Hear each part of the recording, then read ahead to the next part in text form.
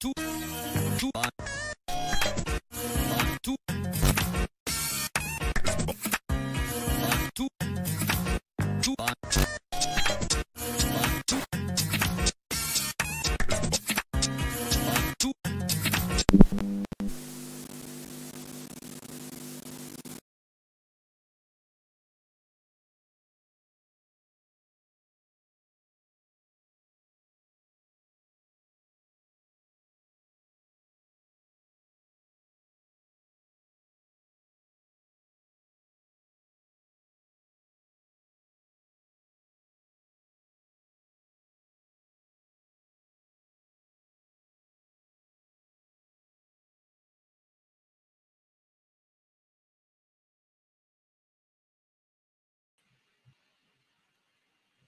Hello, everybody, and welcome to a special episode of Voice TV dedicated to our dear friend and comrade, journalist and WikiLeaks founder, Julian Assange.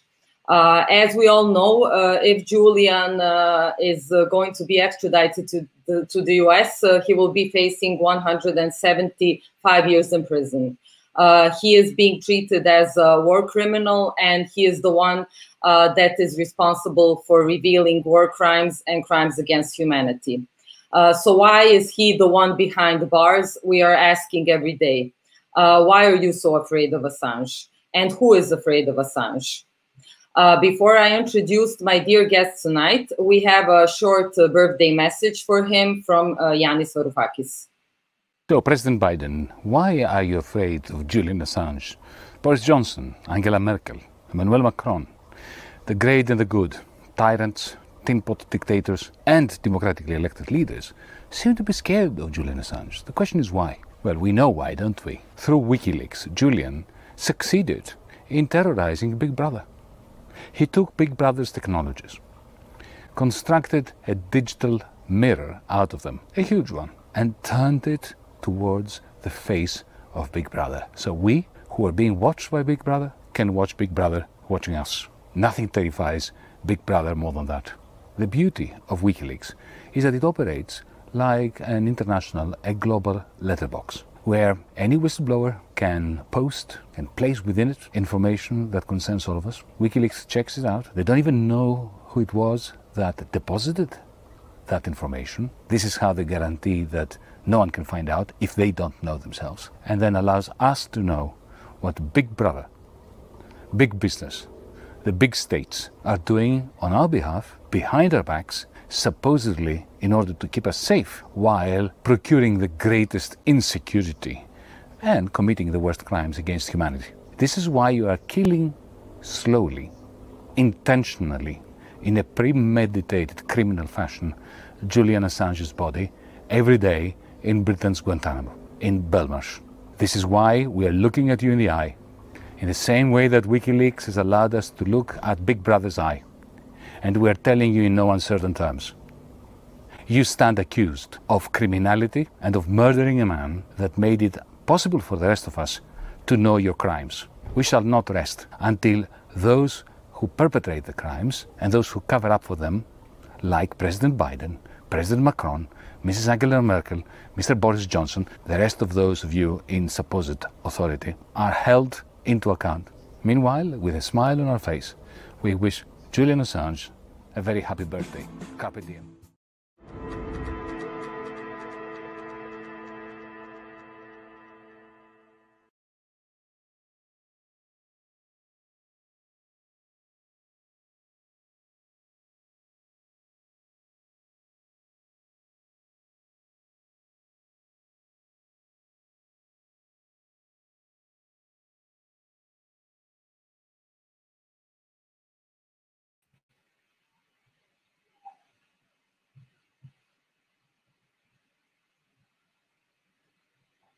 Okay, I think we have some little technical issues. Okay, I hope you all saw the video because I didn't see it for some reason. So today I have two very special guests, Angela Richter, theater director and author, and Davide Dormino, sculptor. Both of them have been fighting through their work for the freedom of whistleblowers and are very much dedicated to fighting for Julian's freedom. Angela and Davide, it's a great pleasure to have you with us tonight. Hello. Hi, everyone.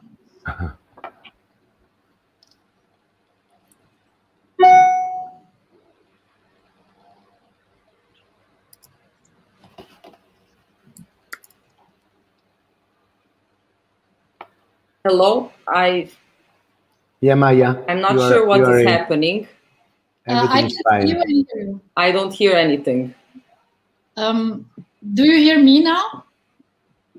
Obviously not, because Davide, do you hear me? Yeah. I can hear you too. So obviously Maya is the only one not hearing now. Okay, we can talk between me and you. So, well, we obviously lost our moderator, so I hope we are not totally lost. Yeah, we will just wait till they resolve the technical problem, and yeah, let's just start to talk about our topic. Davide, I will just ask you some questions that I want to know, so maybe we start with that. It's about your work. How did you come across the idea to make this, in the meantime, very famous sculpture of the three whistleblowers? And when was it, and what inspired you? Yeah, it inspired me, the story of WikiLeaks. As you know, the role of an artist is to keep the information around us. So what I try to do is to visualize something that is connected with our life. And the story of WikiLeaks and Julian Assange, and in this case, Chelsea Manning and Edward Snowden, it's a very hard story, especially for the government who try to hide some of their crimes.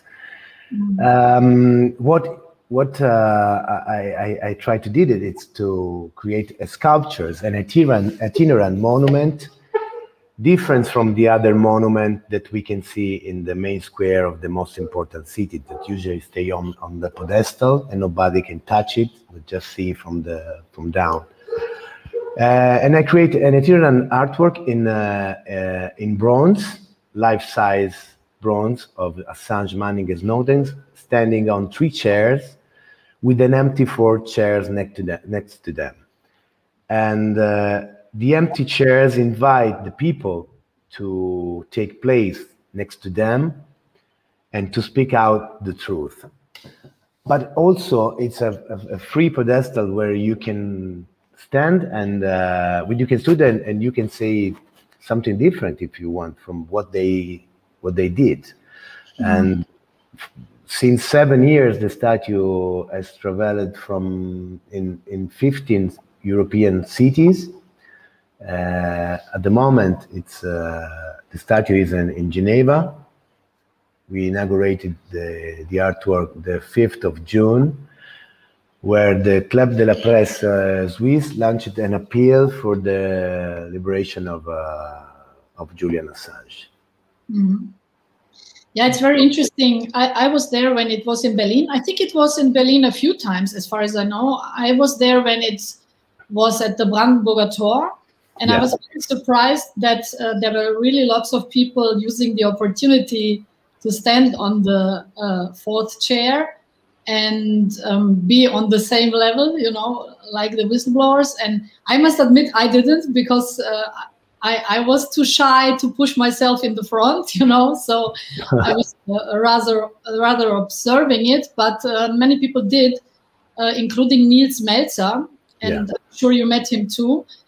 He did that, and I think he even was holding a little speech while he was standing on the chair, which was very interesting. And I think that what he did for Julian was really a lot. I mean, many people supported him over the years in a similar manner, but I think it like always, it took a man from a position, you know, a white male man, maybe a cliche, to finally be heard in a way, I think. And this is a good thing in this case, of course, you know. Yeah, well, I think that when Nils Melzer said what he said, he changed a little bit the public opinion of Julian Assange, that in that moment was very low. So yes, he revealed a lot of things of the background of Julian, and I think from that, since that moment, changed a lot of things. Yes, I think it came out in the public, and, yeah, exactly. And what I find very interesting, also what I came to realize even more than before. Of course, I was aware of it, but you know, we take human rights for granted, you know, exactly. And the West, especially Europe, is very proud of their human rights, and everyone can be free and so on. But what I realized, that they don't play a role in my life because I don't need them, you know, and that applies to most of the people. In Julian Assange's case, who exposed the powerful, who spoke truth to power, exposed war crimes, and who is the only one, you know, he was, like you said, he was putting like Yanis said, he was putting a mirror there. It's even a big light he shed on war crimes. But what actually happened is that they reversed the light onto him, you know, and all of a sudden he was in the center of it. And I was observing it for more than 10 years, what happened with his reputation, how they managed to destroy his reputation and so on. He himself called it character assassination. So the first play I did, it was 2012, I did about it. It was called Assassinate Assange. And at that point, I was not even aware how far the assassination will be. And like I said, this is something which I only became aware, that the human rights are only worth if they can be used in cases like Julian's, who spoke truth to power. When it is challenged, someone who challenges the most powerful people in the world and the most powerful military in the world and secret service and so on, then we need those human rights, and they just didn't happen, you know, in his case. And this is for me the most shocking part, that not besides from press freedom, which we can talk about too, of course, human rights don't seem to exist in the moment when you really need them in Europe. And this is something which I found, I don't know, utterly, deeply disturbing. You know? Yeah, and another example is Amnesty International, who started to launch the petition very, very, very late. I think maybe 1 year ago, something like that. Yeah, you're right, Angela, you're right. So tell me something about you and about what you created. Yeah, well, I actually started doing one play. Like I said, it was 2012. I think I met Julian for the first time, I think it was 2011. Now Maya is coming back. I'm very sorry. I have no idea what happened. I think that my computer got really hot, because even though the air conditioning is working, it's like 40 degrees here. So that's the only explanation. Are you sure? Maybe there are some enemies that are trying to... I'm trying not to be paranoid because of the topic, but yeah. You are not paranoid enough. I'm not paranoid enough, yes. So, but thank you for starting the talk without the host. That's really nice of you. But if you have a topic that you opened before I came, you can continue. Well, we just first spoke about a little bit about Davide's sculpture, and then we talked about the non-existence of human rights in the case of Julian. And now I just started telling how I began to work with WikiLeaks and with Julian. Yeah, I would just say a few words. I mean, many people already know it, but maybe some don't. I started with Assassinate Assange in 2012. I met Julian like 1.5 years earlier, so he was still free and walking around in Britain, in London at the time when I met him the first 2 times, but he was already under house arrest, so he was already not really a free person. He was wearing a tag on his foot and so on, and had this time that he had to be at home, and so he was not really free at that point, but compared to the years to come, it was, of course, different. And a year later, when he entered the embassy, I actually started to interview him for the play. And I was at that point thinking, okay, you know, it will take 1-2 years and then the case will be resolved, you know. And the play was called Assassinate Assange. And like I said to Davide, I never knew at the point how much this title will be prophetic for the next decades, you know. It's actually sad to state that, but yeah, that's what happened. And somehow I'm even glad that I didn't know, because you know, when he entered the Ecuadorian embassy and I really got to know him, we were so full of hope, you know. Everything looked like, okay, you know, that justice and truth will prevail after a short period of time. But no, you know, it just wouldn't. It got worse and worse and worse. And this is something that was really difficult to watch over the last decade, what the system did to Julian, you know. Not only that he's now in a prison in isolation and stuff, but even before that, you know, the time in the embassy, it was so difficult. I think people can relate to it now a bit more, that they experienced 1 year of lockdown. And this lockdown that we experienced is nothing to sit in a room and not be able to even go out on a balcony or something, you know. So it's unbelievable what he went through in 7 years. So already, and then after that, it even had a sad climax, going to a supermax prison, the British Guantanamo, like Yanis pointed, which is really not very. It's not exaggerated to say that. And yeah, it's something that made me realize lots about the world that we live in. And yeah, so I continued to work. Like I said, I was thinking, okay, I will do one play, and I ended up, I think all in all, I did 4 plays where he was either the main topic or one of the topics, you know. Yeah, it's interesting what you just said about that. Was I also visited Julian. It was 2016 when I visited him. It was right after the event, first day came for Assange, that we did in a couple of cities. And I remember that when I came there, and of course we know, all 3 of us have been there, that it was really small. And of course I thought, okay, it's an embassy, and Renata told me that it would be small, but I really didn't imagine that it would be like smaller than my place, you know. I imagined an embassy, it's supposed to be like something huge where he can walk in some kind of a garden or something in my imagination. And then I remember, you know, this room with these curtains where he cannot, you know, reveal the curtains because he can be attacked from outside. It's like on the street. It's in the first floor, not even the first, but the ground floor. And then I didn't know what to say to him. It was really a weird situation, because if I would start talking to him what is happening outside and what we were doing, I felt like, no, we can't talk about that. He's here.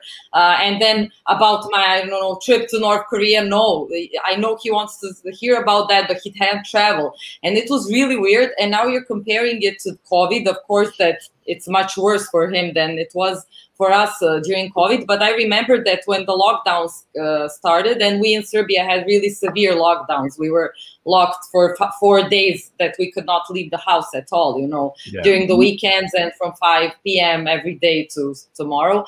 And I remember that for me, the first time it happened, all my friends were like, oh, going crazy. And I was like, no, this is okay. You know, I thought of him and I was like, this is for him. This is every day for him for 7 years. And now for 2 more years, even worse. And I was like, no, I'm completely okay with this, because I'm going to go on the street in a couple of hours, you know, and I have to be okay with this. And I just can't imagine what kind of torture in a system that we call democratic, you know, is happening to him for all these years. And I think that it's really a great thing that both of you are doing these artworks that are making people a little bit aware, you know, of the situation he is going through, and also the message that he gave to us. Because like your play, the other one, The Super Nerds, which we will see a little excerpt from. We can even see it now in a couple of minutes. But I just wanted to ask you, what kind of not problems, but did you have some kind of problems? I'll just give a short introduction. The Super Nerds are a multimedia interactive play that you did, and it was in Schauspiel Köln, right, in 2015. But it was also broadcasted on television, radio, and online. And it was very interesting that you were actually spying in a way. You did a little bit of surveillance spying on the audience. And I think it was a really great thing because people realized that this abstract thing of like being surveilled, because I know a lot of people that are like, I don't care who is looking at my phone and stuff, became very concrete.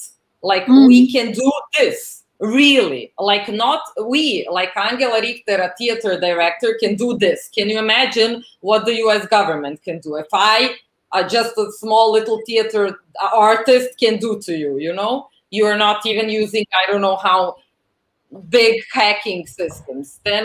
But I think it's a really great thing that you gave this experience to the audience. But I was interested how the audience reacted to this spying, and did people realize it? And did you have these discussions with people? And also, did you have problems with dealing with all these topics of Julian? Because as we know, all of us here are very much in favor of Julian and his message to the world. But there are people, even in lots of places, that think that he's a traitor, that think that he is, you know, somebody who actually is a spy, a Russian spy, whatever they think of him. Did you have problems like, you know, with people during all this work you did concerning him? Yes, very much so, especially in the beginning, you know, when I did Assassinate Assange. There were two different phases, actually, because I did it for so many years, you know. I was actually visiting him every few months, sometimes weeks. It depended, you know, how much time I had and so on. But, you know, we developed a friendship over the years. So I continued to work. And it was very hard for me to, you know, to experience him as a person who I really started to like and to know, and also to see what he did to humanity, what service he did, and what was coming back, you know. So that was the first smear was, of course, the problem with Sweden. So I was very much attacked by feminists, you know, and leftists. And I mean, I consider myself a feminist, you know. So, but it was very interesting because people didn't even see the play, because in the first play I included the police protocols of the two women. Yeah. In itself are so revealing, and I was furious that none of the newspapers of the world was even looking into the fucking protocols, because even just to read them, even if they were manipulated by the police and so on, as we know today, but even in this manipulated form, they were actually revealing a lot of his innocence, in my opinion. So I put those in the big parts of it I put in the play, and the rest, the original paper, I gave to the audience, you know, as a program, so that they can see the facts, you know, that we had so far, you know. So, but nonetheless, they didn't want to even listen. They didn't want to read. Before the play was shown in Vienna, we are speaking about Vienna, you know, who has a very strong leftist and feminist community. They were asking for the play to be forbidden in an open letter to me. And even the director at that time was putting pressure on me to take out the Swedish case. And I said, no, I'm not doing that. And if you want to forbid the play, you have to do it. You have to go openly and censor my play. But I'm not going to censor myself, you know. So, and overnight, somebody sprayed on the theater, which is a typical Viennese old building, you know, very beautiful, and they sprayed "No stage for rapists." So people were hysteric, you know. It was really interesting. Nobody wanted to even listen, you know. Maybe psychologically, sometimes I think they were just glad that they don't have to look at the war crimes and all the ugly things that he exposed. They were occupied judging his character. You know, I don't know. Maybe some psychologists have to cope with that, and also what the press did. I mean, today, or I think it was 2 days ago on his birthday, Frankfurter Rundschau, a German newspaper, they put a huge letter on the front page. In a way, I would say they are even apologizing to him in a way, like finally acknowledging what he did and reassuring him of their solidarity. And I was thinking, my God, you are really too late. You know, you should have done that fucking 10 years ago, or at least 6-7 years ago. So anyway, I will continue. So I did that, and then I did the play with surveillance. And at that time, it became again very difficult, because then after that, he got involved in this US election, you know? And that was when the Swedish case a little bit came in the background, and then Trump came. And again, we had a problem, you know, because the press and then also the audience would pick up everything, thankfully, that can be used against him. So he was, all of a sudden, I remember when he put out the emails of Hillary, which exposed her, you know, and they were correct. It was no lies in it. And even a US judge was ruling at some point that this was something that the public needs to know, you know, of public relevance. And still people blamed him only for Trump to be elected. But I know when it happened that everybody was saying in the press, it's not even interesting, nothing is revealed, just go on, you know, don't watch it. And then when Trump became president, everybody said, oh, it's him, you know. So I don't know, I have the feeling that Julian Assange was the scapegoat for everything that went wrong. You know, and I'm trying to somehow thematize it in my place.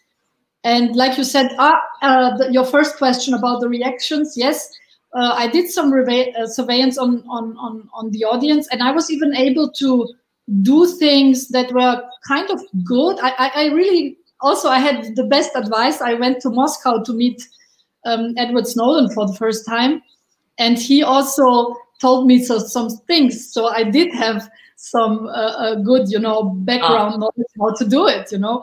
You were not just a little theater director, you were a little hacker theater director. I mean, I'm not a hacker myself, but I hired some people who can do it, and they really did a great job. And we even started it weeks before. So when people would purchase a ticket online, they were already in the game. They were receiving letters from Jacob Appelbaum and people involved, even getting calls. And I mean, we involved them like in a movie, you know. And the funny thing is, after a while, people start to forget it's only a game. So at some point we said, oh my God, something went wrong with the technique and we are so sorry, but now you are on a no-fly list. And people would really believe it. There were some journalists from the local newspapers who freaked out. They called the theater and said, like, what are you doing? We want to go to America next week on holiday. And now we are on the no-fly list. You know, it was very interesting that how easy it is actually to make people forget everything and then believe everything. So for me, it was very interesting. And most of the audience were really shocked, especially, by the way, older people. I would say 40 plus and even more. They were totally unaware of these things, and some of them even watched the play twice, and they approached me and said, I couldn't sleep for a week, you know, after your play. So I think it did make this very abstract feeling. I mean, today we have this problem. It's a little bit like climate change, but climate change, you can even see some pictures of floods, of burning now even, you know, the heat, everything. It's abstract, but you have at least some pictures in your head. With surveillance, it's really invisible, and we don't feel it, and we don't feel like someone who is unfree. Yeah, completely. I think the play managed to show a little bit of that. And Davide, your sculpture, I don't know if you talked about it and how much you talked about it, but it's a really magnificent sculpture for people that don't know, but most of the people know about it. Anything to say? It was for the first time, it is a traveling sculpture, so it's going from place to place, and it features, it's a bronze sculpture of Julian Assange, Edward Snowden, and Chelsea Manning that are standing on chairs. We will also see a short excerpt of it later. And there is a fourth chair. The fourth chair is the chair for the audience, well, the people that see the sculpture that can do something with it. And it also won a very prizetic prize in 2016 by Anticor, and it traveled, I think, more than 15 cities, right? Yeah, I think you're muted. I'm sorry. Yeah, yeah, you're right, no problem. Right. Yeah, no problem. And for me, it was really interesting, this fourth chair. And first, the artists like standing on the people standing on chairs. What did they do? Did they just stand and like take photos? Because for me, it was really a great position of sitting on chairs is something very comfortable. Like when you think of sitting, it's a very passive position where you, I don't know, we're from the theater, Angela and me, and we know that sitting on a chair is like a passive role of the audience, just looking, you know, and taking something to like from the scene, not being able to participate. But standing on it, it's a rude gesture. It's like a chair is not for standing. If you would stand on a chair in a restaurant or wherever, somebody would tell you, go down, don't make the chair dirty and stuff like that. And you wanted them to stand on chairs, chairs, not on something, but on chairs. So it is a rude, uncomfortable gesture where you're not sitting, you're not comfortable, you're standing, you're doing something that's against the law. And you gave the fourth chair to people to also be rude in a way. Was this your idea when you were doing the sculpture? And also, how did people react to this this position? And also the same question as Angela, did you have problems doing this? Did you have problems putting the sculpture on some certain places? And did you sometimes think of showing the sculpture in London? Would it be possible in any case? First, I would like to tell you that the statement behind this artwork, that is stand up instead of sitting like the others. So it's exactly that. We have to stand up because it's necessary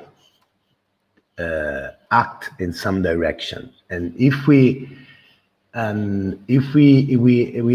do an act, we can try to change something of our life. But first, I would like to say something about the imaginary and imagination, because everything to me is starting from there. Drawing is the first thing we start doing as children, and we draw because we imagine new worlds. Drawing also teach us to look at the world and read ourselves. So drawing help us to develop then our critical sense.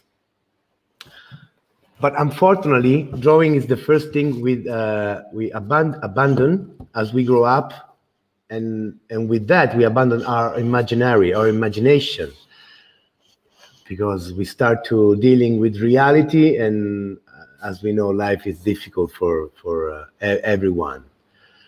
But the imaginary remains in some person, in the artist in general, philosopher, and few political leaders.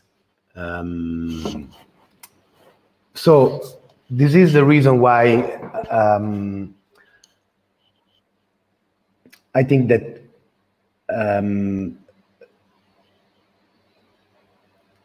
art is political. Art is political in the moment in which it acts as human needs. Someone wrote, I think maybe Picasso, if I remember well, that the artist is a survived child. And I love very much this, because art and culture, to me, are the real weapons of critical mass construction to make us evolve. I consider Julian Assange an intellectual. I have the fortune also, as you, to meet him. He's imagining a world made of transparency, while knowing that those in power often lie, and sometimes secrets are lies. Julian is a sentinel of democracy, but sometimes politics is not made by honesty, but by strict, and we can't delegate our salvation. So we have to act now to defend Julian, and I also think that ripping out Assange tongue doesn't not make him as a liar, but it's a message to the world that is afraid of what he might say. So this is one of the reasons why I create this artwork. I think that our imagination is everything, and we can't stay still for that, because what's happened to Julian could happen to us for sure if we will be extradited. So as an artist, I have the duty to defend freedom of speech and expression and information, because if we receive the right information, not only for the mainstream but from the free press, we have the access to that information, and we can change in which part of the world we want to stay. So the artwork is exactly that. To reply to your answer, the only place where we had problems to bring the statue is London. Yeah, of course. Yeah, that's why I asked, is there a chance that you could do a guerrilla action and maybe do it sometimes in London? Unfortunately, the pandemic didn't support us to this, because we tried some months ago to move the statue also with DiEM and their campaign, and we tried to, and we find a place for the event, but you know, with this restriction, it was very, very difficult. For the rest, I didn't receive problems for the statue. I didn't receive support from the art world. It's strange, but it's like that. But I created this artwork for the people, not only for the world of art. Yes, and you also, which is great, you did a crowdfunding for the statue. It was that also a thing. Did you ask for financing somewhere and didn't get it, or did you decide it to be a crowdfunded project because you wanted people to participate in creating the statue? The second. That's what I thought. That's what I thought, but I wanted just to also, because you know, when you create something, you can't imagine all the reaction of the people, but it was something like to feel if the feeling was good to the world, you know, because half of the world thinks that that he is a traitor, but I concentrate myself to the other half of the world that thinks that he's a hero. Yes, and maybe with your work you could, in a way, and I think there are more and more people, which you were talking also about, that are realizing now that things are not black and white as they maybe thought a couple of years ago. You know, they really see a person suffering in prison for a cause that was something for the whole of humanity. I would love for us to see a little excerpt of Angela's play, Super Nerds. Maybe, Angela, it is. I saw your play, unfortunately, only on video, but it was enough because it was a really good. You sent me a link, so it was good. And we're going to show a part with Julian that is like he's a hologram. Can you tell us something about this? Did he really? How does this function? I'm completely technologically not aware how this hologram thing functions. So maybe give us a short introduction, and then we can see the excerpt. Yes, it was very. I will not reveal all the secrets about it, but it was very difficult to achieve this. I think a normal theater, even a state theater, which it was, couldn't afford at that point this technique. Maybe it's even a bit cheaper today, I don't know. I think it might be still very expensive to do it. So you need a special camera to film Julian. That is the one thing. And then you need a huge device because we wanted him to have the same size as the actors, you know, to appear on stage and be seen by the actual audience, not only on TV. To do that on TV is rather simple in a way, but to do it live for audience of 600 people, and we had a 20-meter wide stage, which is the 20 meters, I think so, very wide. So and from every angle, people had to see Julian and receive him in a 3D impression, like everyone, and that he could just talk with the actors and behave like he's standing with them on stage. So we managed that, but it was really expensive and it was a big effort to do it. We were very lucky that we had the German national TV in and also some producers, the Gebrüder Beetz from Berlin, and that made it possible to finance the whole thing. Otherwise, we couldn't have done it. So yeah. And he was not live. It was pre-recorded and then made. Well, I will not tell that because we never revealed Okay. So then So let's see this excerpt and then we can talk afterwards. Good evening. Julian.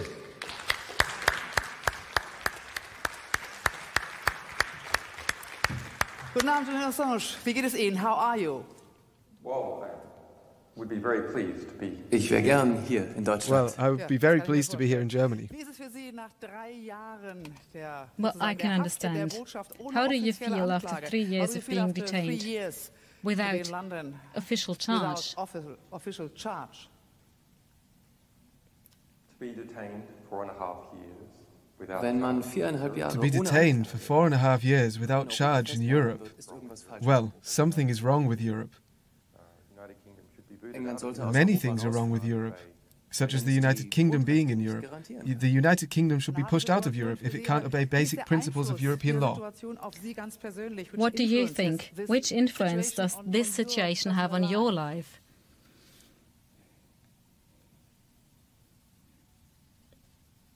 Well, it's difficult.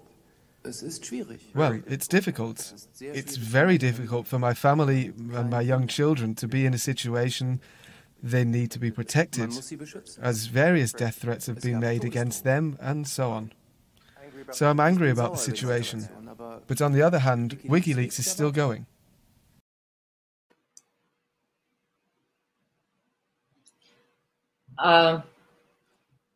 Yeah, I must admit that I'm a little bit shocked every time I see the English version because they translated it to German and then back to English. Yeah, I don't know why they did that, but yeah, in the show we could hear the original, of course. Yeah, of course. Yeah, of course. Okay, I won't ask you for other details, but watching this, I was also thinking about the art world that we work in and about WikiLeaks and the way that WikiLeaks functions as a horizontal organization, international, where it's non-profit and people gather from all over the world and do a good cause for humanity, working with the leaks and, giving anonymous sources the protection that they need to leak all the things. And I was also thinking, can we, in a way, be and should we, as artists, be whistleblowers in our own, in our own jobs? Should we also have this? Is it our duty in a way to be whistleblowers? I was talking last time I had this DiEM Voice. I was talking to Hito Steyrl, and she was telling me that a couple of times she had to be a detective to see where the money that was financing her art is from. And then she realized at one point, I think it was in Istanbul, that she was financed, or even somewhere in Europe, that she was financed by a company that makes weapons. And of course, she had to react to this. And we in the art world, and Davide also in visual arts, and we in theater are many times have this situation where we are thinking where the money is coming from, and should we work for some institutions? But then we have to work for them because we cannot always work somewhere outside of institutions. And then are there some kind of information from these institutions that should be leaked, you know, like, I'm sorry, but I want transparency. I want to see how this theater is financed, where the money is going. Why is it going here, not there? Should we, in a way, be also not just artists, but also whistleblowers in our own work? You know what, Maya, it's a very interesting point that you are bringing here. And I must say, as a first statement, that I am working in theater for 20 years. And I also had a lot to do with art world, because I was married to a very famous German artist for 20 years. I'm utterly and totally disappointed and disillusioned with the theater and the art world. You know, artists like Davide is very rare. I mean, imagine how many artists are there and nobody even bothered about you. In the opposite, my experience with artists and theater people, they were very difficult. They considered me being a freak. And by the way, I did that. I was a whistleblower 3 years ago because I exposed in my own theater in Cologne some power abuse. And imagine I was also the one who was punished in the end, in a way, you know, like always, and not the people who are the actual, although there were 20 people suffering from it as victims, still they are in the same position. So, you know, it happens always. For me, it was not a big drama because, yeah, compared to things that happened to Julian or Edward Snowden or Chelsea Manning, it's nothing, you know. So, but I would also like to answer your question about art. I prepared a little text that I want to read to the audience because I think they might be interested in Julian's opinion on art. And that was one of my very first questions I posed to him. I think it might have been 2012 that I asked him that, because I have lots of material still that I recorded and transcribed that I never used, you know, in the plays. So I once asked him if he thinks, and that was really an important question for me because I wanted to know what he thinks, if I can change something, you know. It was very naive of me in a way. Doing this play about him. So I asked him if he thinks that art is a powerful tool. And this is what he said to me. Okay, I will read it out. I found this text today. Okay, he said to me, I come from a theater family. The word art has the same root as the Latin word artifice, which also means lie or deception. All art is a form of deception, a lie. Sometimes it is necessary to deceive in small ways in order to reveal more effectively the truth as a whole. But this is seldom done in art. Here's how I see it. Good art leaves the viewer more powerful than he was before the art experience. He leaves the theater, the audience leaves the theater more powerful than he entered it. Stronger, more resilient, smarter, more intelligent. I think that's the only kind of good art. Everything else only serves to intoxicate and exploit the viewer. And if you ask me, does art have power? It certainly does. Look at the Iraq War, which was created by the art of lies, by the art of secrecy, through pro-war movies that came out of Hollywood. Art affects the lives of millions of people. So art has power, and it is mostly negative. The question is, does it also have the power to do good? Well, it does. It certainly does. But remember, the basic tool is the tool of deception. So I find that I was just reading it because I was looking into it for this talk today that he turns 50. And I was really shocked in a way today. I even look at this quote much differently when I did back then. Actually, back then I didn't even want to hear it because I wanted just him to say, yeah, do the play. And, you know, yeah.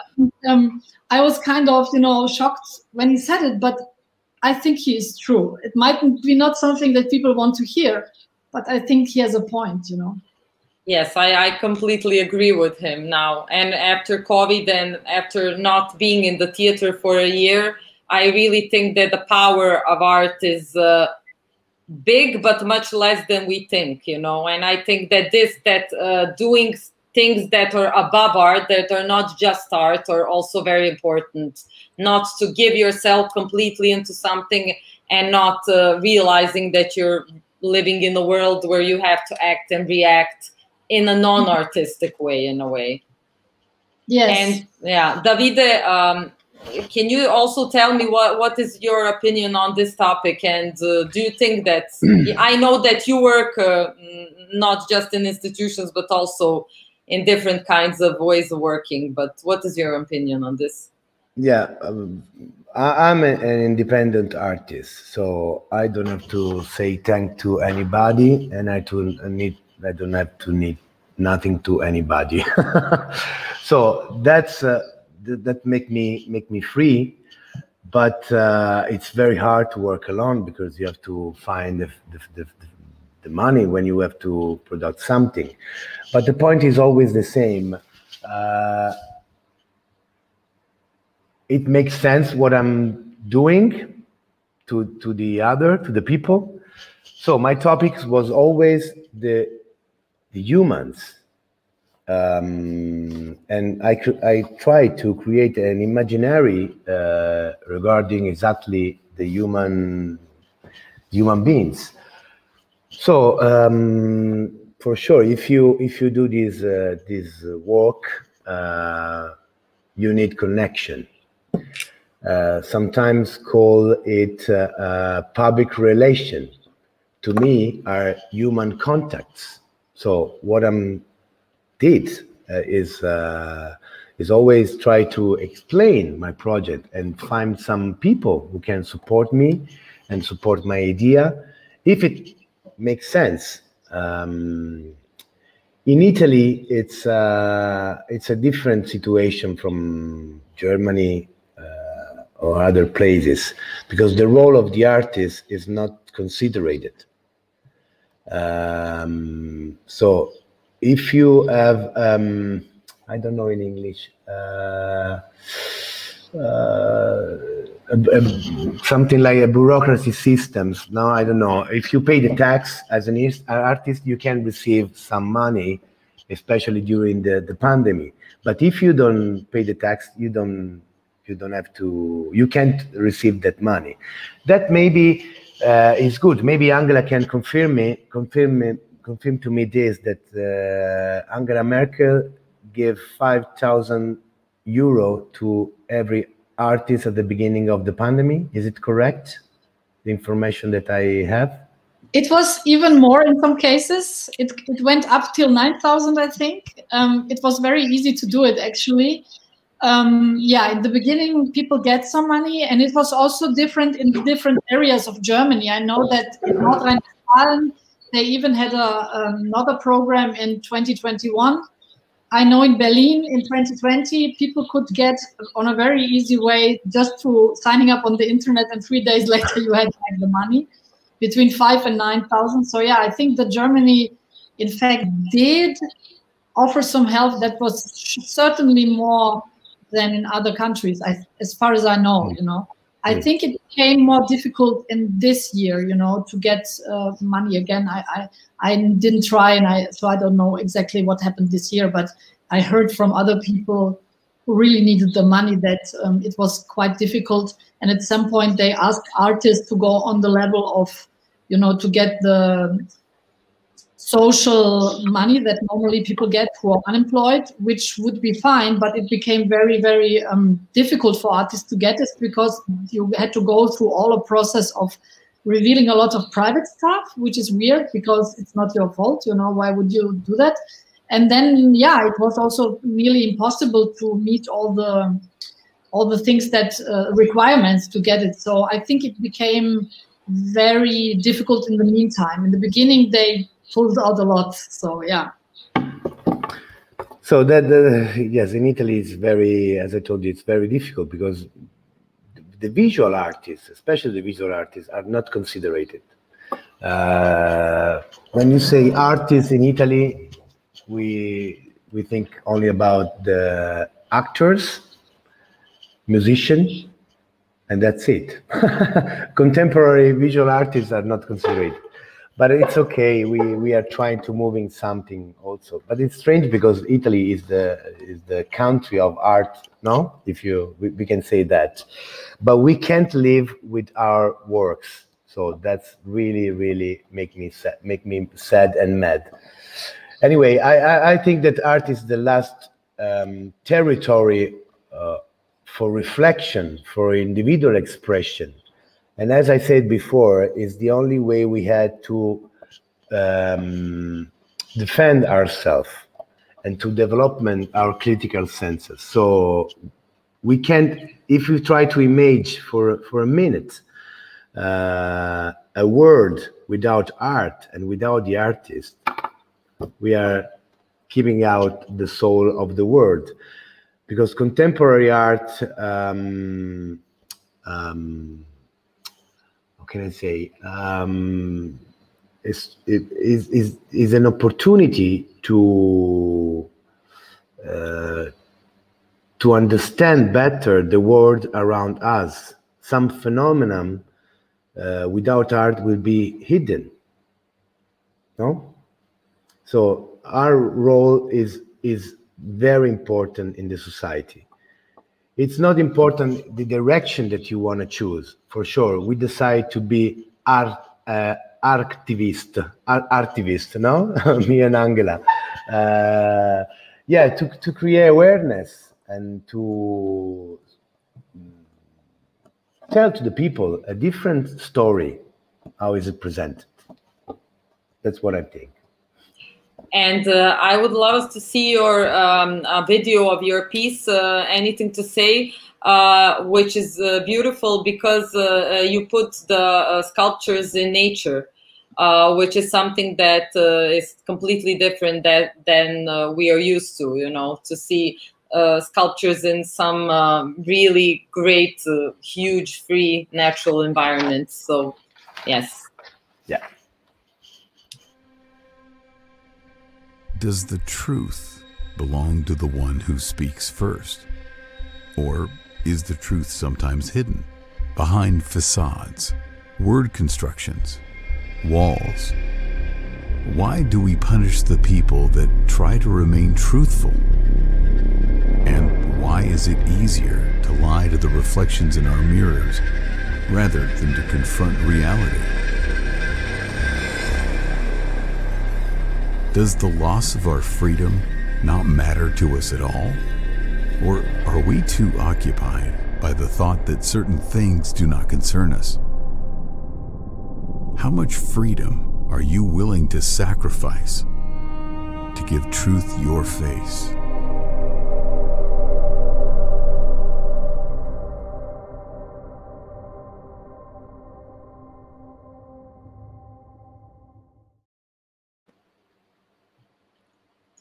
How much freedom are we willing to sacrifice? So how much freedom are you willing to sacrifice while you're working? Are you thinking of this, you know, when you work? We, of course, sacrifice some kind of a freedom in some situations, but it is really, I think, important to think what are your boundaries? I'm going to this, but if I come to this, maybe I don't know, I get arrested. If I do this, maybe I won't work in this place. So what is a free artist in your opinion? I know that nobody can really be free, but if we would imagine a free artist and a real independent artist that is in a way also sacrificing his freedom, who would this be? What would he do? Angela. Angela. Well, that's a difficult question. You know, like I said, I have a very unromantic view of the art world that it exists today, and even in my first play, I put out a thesis, even accusing myself being an artist and not someone who is, let's say, a hacker or someone who's trying to be a truth teller.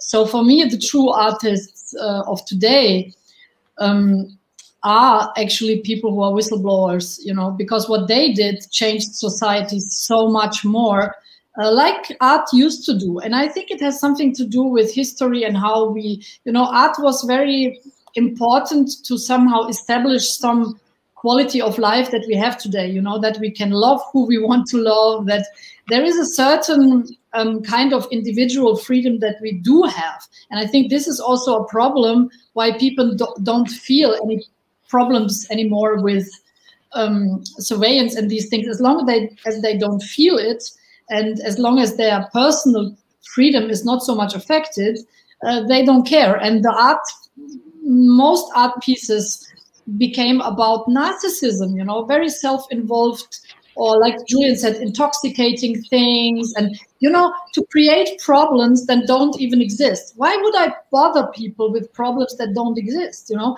So to say the truth, I'm an artist who is very disappointed in artists today and in the art world, maybe even in art, but maybe it's also okay, you know, because now maybe other people have the same struggles that we artists had in the last centuries, because I feel that art somehow stopped being the avant-garde in the last, let's say, 10 years or so, in a way, because we stopped asking for the maximum demand, you know, in society and politically wise. I know even that in Germany it became very unpopular to make political art, or, you know, things that are important looking at society.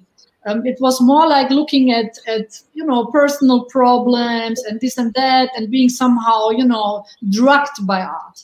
And for me, I don't care about this anymore. So for me, the true someone like Julian Assange who is placing the maximum demand, is something like the avant-garde today, you know. That's all I can say. Yeah, you're right, Angela. Before to be an artist, I'm a citizen. I'm also a father and a husband. But to be an artist is a vocation, a mission. I'm free. I think that I'm free to decide what I want to do. But to do that, if you want to be an artist, you have to know that 90% of the work is organization. Only the 10% is make the hands on the materials. You know what I mean? Yeah. And in this case, when I create Everything to Say, when I started thinking about it, it was the end of 2013. So I don't know how many years, or 8 maybe. I spent every single day of my life with Julian. So I consider him part of my family. My wife told me many times a day, oh, always me, you, and Julian. Okay, that's very funny. But it's true, because since I create this artwork, I worked every day with these sculptures, because I have meeting like this, interview, events, and many other things. So I have to work on the social network. I have to share the message, and I'm sure that in Italy, especially, I involved a lot of people that did nothing about Julian Assange and his story. So that makes me proud, frankly. Yeah, it's a sacrifice, but as I told you, it's very natural to me. So Julian turned 50 years 2 days ago, and I really wanted to finish this discussion with a birthday message that the two of you would give to him. If you could tell him something now to make his life a little bit easier at this moment. Of course, it's very hard. What would you say to Julian? What would your message be to him? Angela. No, okay. If you want, I can go. I can go first. Unmute. Okay. Angela. I said before. Yeah. Something very simple. That it's something that we wish to him, to be free as soon as possible, to re-embrace his family, his child, and his fiancée, and to be free to breathe the fresh air that missing in his body since 10 years. You also had a little, you told me before our talk that you have a little speech that you wanted to give. Are you still? Who, me? You, yes. You said, I have some little speech. Maybe I didn't understand you. No, it's okay. I said it before. So that's my wishes. Okay. Angela? Okay. I would. It became for me very difficult. I will write tonight to Julian in an email to the prison, and I will exactly say this, that I wish him the freedom, and that he will, the second century of his life, that he will be freed, that truth will finally set him free. I still have that hope, although it is really difficult sometimes to keep it up. And I will send him a little quote that I found today. I read it in an article of Hannah Arendt, the philosopher that she wrote in the 1950. And it's related actually to the Germany post-Nazi Germany, some observation that she did about the problem of opinion versus facts. And she is relating it, of course, to her observations in post-Nazi Germany. But when I read this article, I realized that it very much fits in today's situation that we are experiencing at the moment, with all this post-factic, alternative facts, and people who cannot distinguish between facts and news. And I know that Julian was someone who was always insisting to call it scientific journalism, what he does, what WikiLeaks does, and also to empower people to make up their own opinion based on facts that they have access to. And this is for me something which is still very unique that he created. And tonight I will send him the whole article, and I will only, by Hannah Arendt, maybe he knows him already, I don't know, maybe he might, maybe not, but I will just read out a little part. And as I said, it is related to Germany, but I think that mostly in principle today, we can find that phenomenon actually, unfortunately, everywhere, especially on social media, maybe even. Okay, so Hannah Arendt said then, but perhaps the most striking and frightening aspect of the German flight from reality is the habit of treating facts as though they were mere opinions. In all fields, there is a kind of gentleman's agreement by which everyone has a right to ignorance, under the pretext that everyone has a right to his opinion. And behind this is the tacit assumption that opinions really do not matter. This is a very serious thing, not only because it often makes discussion so hopeless, but primarily because the average German honestly believes that this free-for-all, this nihilistic relativity about facts, to be the essence of democracy. Yeah, so when I was reading this sentence especially, I thought, okay, this is so true today, and this is something that I will send to Julian, because I think he was someone who was exactly doing a great job going against this phenomenon that we have today, that people can really not distinguish anymore between fact and opinion and fake news. Thank you so much, and thank you, Angela and Davide, for being our guests. Sorry, tonight. I'm sorry, Maya. Can I say a little thing? Of course. I wanna launch a global call So please save the date.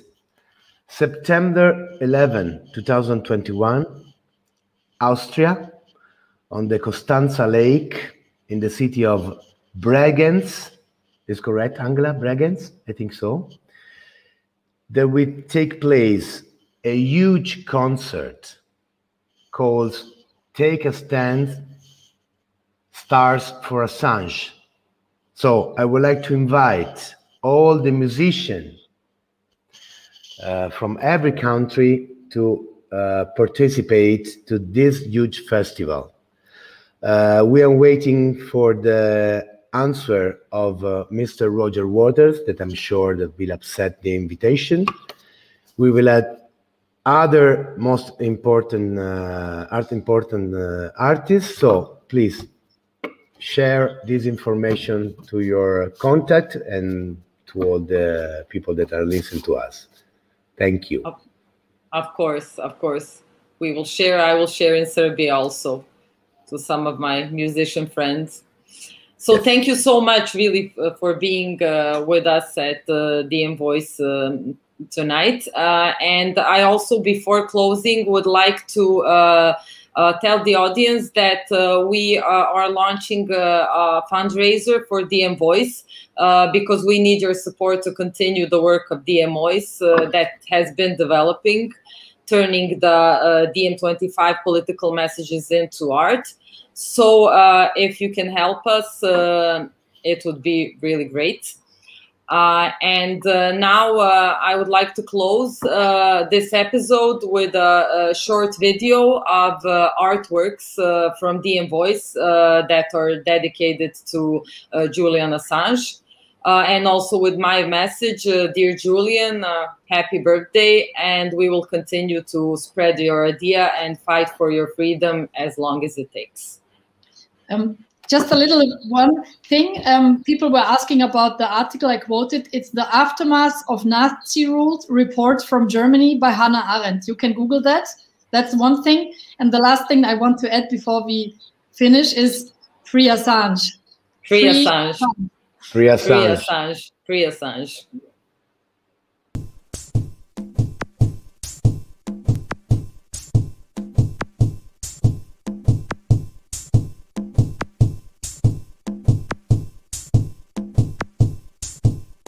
Mankind, in some sense, just having a small glimmer of understanding about how it is progressing through the world.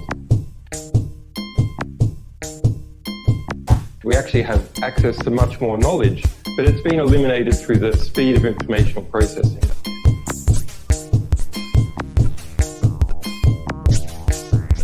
Processing of knowledge is moving into artificial intelligence.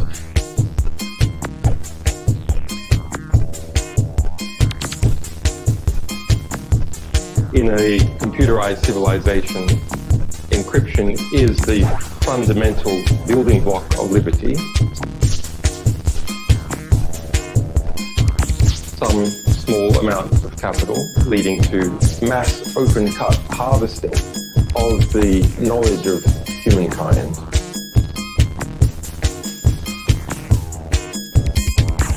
A serious threat to the stability of human civilizations.